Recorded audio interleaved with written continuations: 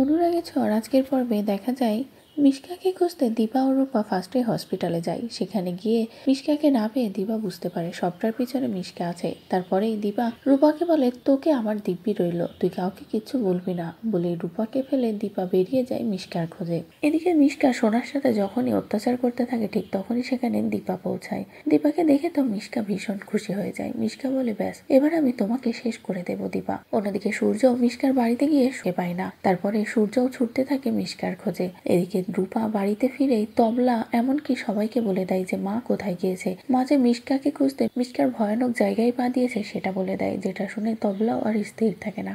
এদিকে দীপা তো ভিতরে ঢুকেই সোনাকে বাঁচানোর চেষ্টা করে, কিন্তু মিশকা দীপাকে আঘাত করা শুরু করে। এক পর্যায়ে দুজনের মধ্যে ভীষণ হাতাহাতি হয়। আর এভাবে হাতাহাতি হতে হতে এক পর্যায়ে মিশকা দীপাকে ইলেকট্রিক জলের মধ্যে ফেলে দেয়, যেটা দেখে তো সোনা ভয় পেয়ে যায়। তারপরে সোনার হাতে থাকে সেই রিমোটটা যেটাতে এই জলটা কন্ট্রোল হবে। আর সোনা তখনই সুইচটা অফ করে দেয়, যেটা দেখে মিশকা। দেখেই সোনার হাত থেকে রিমোটটা নিয়ে যখনই কিছু করতে যাবে ঠিক তখনই দীপা আবারও উঠে এসে মিশকাকে ধরে। মিশকাকে বলে, তোকে আমি ছাড়বো না, তুই আমার সন্তানের ক্ষতি করবি, আমার সোনার ক্ষতি করবি, এটা আমি হতেই দেব না বলেই দীপা সোনাকে পালিয়ে যেতে বলে। এদিকে সোনা বাইরে এসে হেল্প চাইলে তখনই সেখানে ছুটে যায় সকলে। সূর্য তো সোনাকে পেয়ে খুশি হয়। তারপরে সূর্য দীপাকে বাঁচাতে ভিতরে যায়। সূর্যকে দেখে তো মিশকা বলে, সূর্য তুই এসেছিস, খুব ভালো হয়েছে, তুই একটাবার বল আমাকে বিয়ে করবি, তাহলে আমি ওকে ছেড়ে দেব। তখনই সূর্য বলে, আমি তোকে ছাড়বো না, তোকে আমি শেষ করে দেব বলে মিশকাকে দূরে ছুঁড়ে ফেলে দিয়ে দীপাকে বাঁচিয়ে নেয় সূর্য।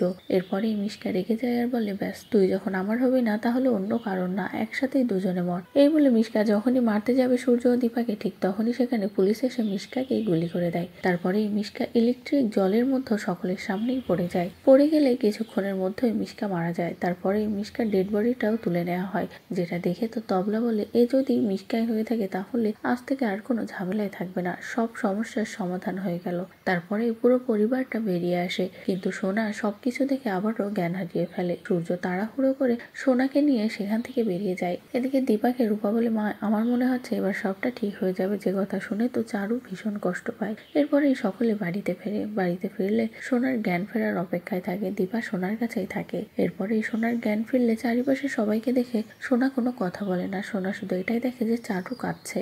তারপরে সোনা সবাইকে বাইরে বেরোতে বলে চারুকে বলে, চারু তুমি কাঁদছো কেন? তখনই চারু সোনাকে বলে, এবার আমাকে চলে যেতে হবে। কিন্তু সোনা চারুকে যেতে দিতে চায় না। তারপরে সোনা নিজের বাবার কাছে যায় আর বলে, বাবা আমি তোমাকে বলতে পারবো না যে আমার ভিতরে কি হচ্ছে, কিন্তু আমার হয়তো সবাইকে একসাথে পাওয়া হবে না, আমার তো চারুর কাছে থাকতেই হবে, আমি এখন কি করব। তো বন্ধুরা, এই ছিল অনুরাগের ছোঁয়ার আজকের পর্বের আপডেট। পরবর্তী আপডেট পেতে অবশ্যই আমাদের চ্যানেলটি সাবস্ক্রাইব করো।